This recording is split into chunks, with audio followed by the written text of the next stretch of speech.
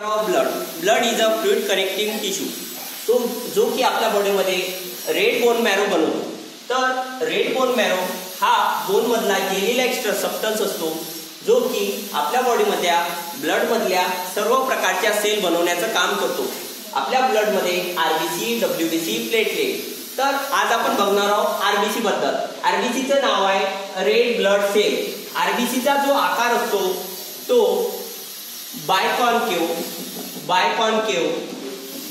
Disk shape असतो. बायकॉन्केव disk shape असतो.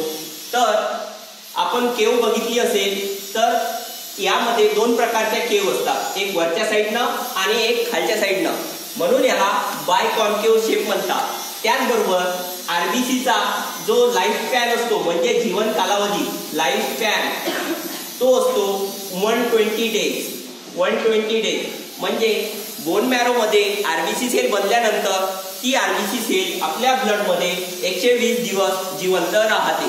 त्याचबरोबर आरबीसीचं जे दुसरं नाव आहे त्याला आपण इरिथ्रोसाइट म्हणतो. इरिथ्रोसाइट म्हणजे रेड ब्लड सेल.